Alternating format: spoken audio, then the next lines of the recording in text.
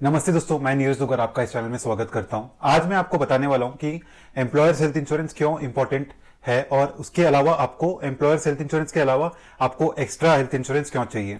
तो आप पहले तो मुझे कमेंट करके बताएं कि आपके पास कौन सा हेल्थ इंश्योरेंस है और आपके जो एम्प्लॉयर का हेल्थ इंश्योरेंस है वो आपको कितना कवर प्रोवाइड करता है और उसमें क्या क्या बेनिफिट्स है। तो मैं आपको बताऊंगा कि आपके लिए सही है कि नहीं और आपको एक्स्ट्रा हेल्थ इंश्योरेंस चाहिए या नहीं।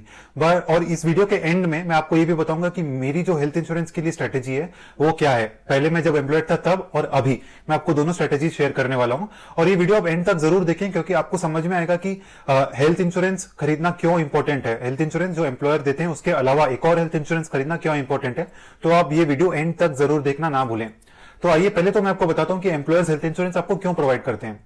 तो ये हो गया ना, एम्प्लॉयर्स को अपना कॉस्ट कम करना है, ठीक है। तो वो आपको कॉस्ट कम करने के लिए क्या आपको सैलरी तो नहीं देना चाहेंगे ज्यादा, तो वो क्या करते हैं आपको ये एडिशनल बेनिफिट्स ऐड कर देते हैं। तो ये बेनिफिट्स हो गया, एक तो हो गया जैसे हेल्थ इंश्योरेंस हो गया या लाइफ इंश्योरेंस हो गया, तो उनके लिए ये एक बेनिफिट है as an added benefit and it is a cost for them. Okay, तो वो लोग क्या करते हैं, ये जो कॉस्ट है वो मिनिमाइज करने की कोशिश करते हैं। उनको उनका ऑब्जेक्टिव नहीं है कि वो आपको बेस्ट से बेस्ट हेल्थ इंश्योरेंस प्रोवाइड करें, उनका यही ऑब्जेक्टिव है कि आपको एक परक्यूजिट प्रोवाइड करें। तो आप देखेंगे कि बहुत सारे हेल्थ इंश्योरेंसेज में बहुत सारे डिफरेंट क्लॉजेस होते हैं। हेल्थ इंश्योरेंस का या तो अमाउंट कम होगा कवर का, या फिर सारे फैमिली मेंबर्स को कवर नहीं करेगा, या फिर उसमें लिमिट्स होंगे। एक तो सब लिमिट हो सकता है, फॉर एग्जांपल कि room rent will be limited to 1% of sum assured, या फिर कोपे हो सकता है। कोपे मतलब कि अगर 20% को पेमेंट है तो फॉर एग्जाम्पल अगर आपका टोटल बिल 100 रुपीज है तो आपको 20 रुपीज अपने पॉकेट से पे करना है और 80 रुपीज इंश्योरर देगा। तो इसमें क्या होता है ना कि पूरा आपको 20-80-20 के रेशियो में पे करना पड़ता है। तो ये सब डिसएडवांटेजेस होते हैं एम्प्लॉयर्स हेल्थ इंश्योरेंस के।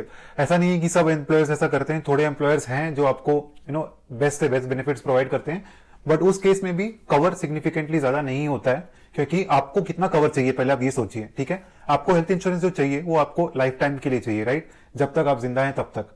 तो अगर आप जब तक आप जिंदा हैं तब तक से अभी आप 30 ईयर्स ओल्ड है और आपकी लाइफ एक्सपेक्टेंसी 85 to 90 है, तो आपको नेक्स्ट 50 to 60 ईयर्स के लिए हेल्थ इंश्योरेंस चाहिए। तो आपको इतना कवर चाहिए कि 50 ईयर्स बाद, even after factoring health care inflation, आपका जो हेल्थ इंश्योरेंस है वो आपका मेडिकल बिल पे कर सके। तो आपको at least somewhere between 25 lakhs to 50 lakhs पर पर्सन का कवर रहना जरूरी है, ठीक है।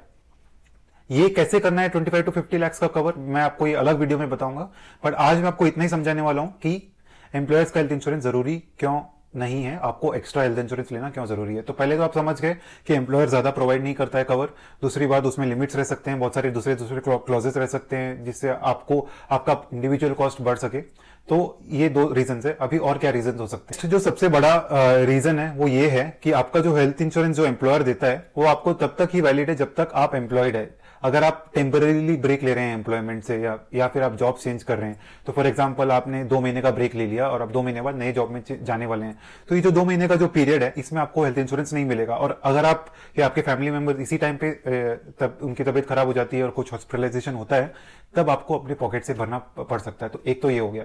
दूसरी बात, आप जब रिटायर होंगे या फिर अपना जॉब छोड़ेंगे परमानेंटली, तब आपके पास हेल्थ इंश्योरेंस नहीं रहेगा। तब आप क्या करेंगे? तो आप क्या करेंगे, आप जाके हेल्थ इंश्योरेंस लेंगे। और अगर आपको कुछ डिजीजेस हैं तो क्या होगा ना, या तो इंश्योरर आपका इंश्योरेंस का प्रीमियम बढ़ा देगा, या फिर वो डिजीजेस को परमानेंटली एक्सक्लूड कर देगा, या फिर वो क्या करेगा, इसमें वेटिंग पीरियड लगा देगा 3 से 4 साल का और प्रीमियम पे लोडिंग भी लगा देगा। तो ये सब चीजें आपको नहीं चाहिए, इसलिए आप आज से अगर अपना हेल्थ इंश्योरेंस रखेंगे तो बेटर रहेगा।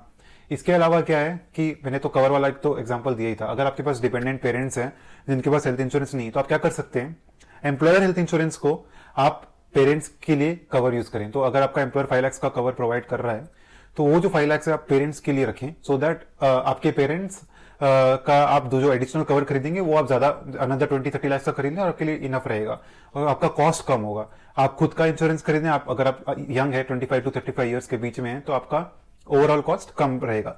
तो ये स्ट्रेटेजी आप यूज कर सकते हैं। अब आपको मैं बताता हूं कि मेरी स्ट्रेटेजी क्या है। तो मैं जब एम्प्लॉयड था तब की बात करते हैं पहले।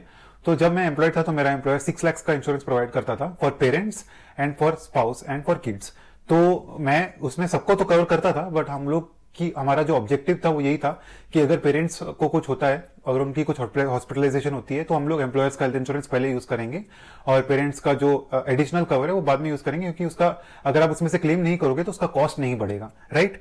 उसके अलावा हमारे खुद के लिए हम लोगों ने अलग से इंश्योरेंस लेके रखा था और उसमें कितना कवर लेकर रखा था वो भी बताता हूं। तो खुद के लिए मैंने क्या किया, बेस लाख मेरे पास एक बेस कवर है 10 लाख रुपीज का, और उसके ऊपर सुपर टॉपअप है अनदर 25 लाख रुपीज का। ये मेरे और मेरे वाइफ को अलग अलग है हमारे पास। तो इसमें क्या है, हमारे को 30 to 35 लाख का कवर मिल जाता है।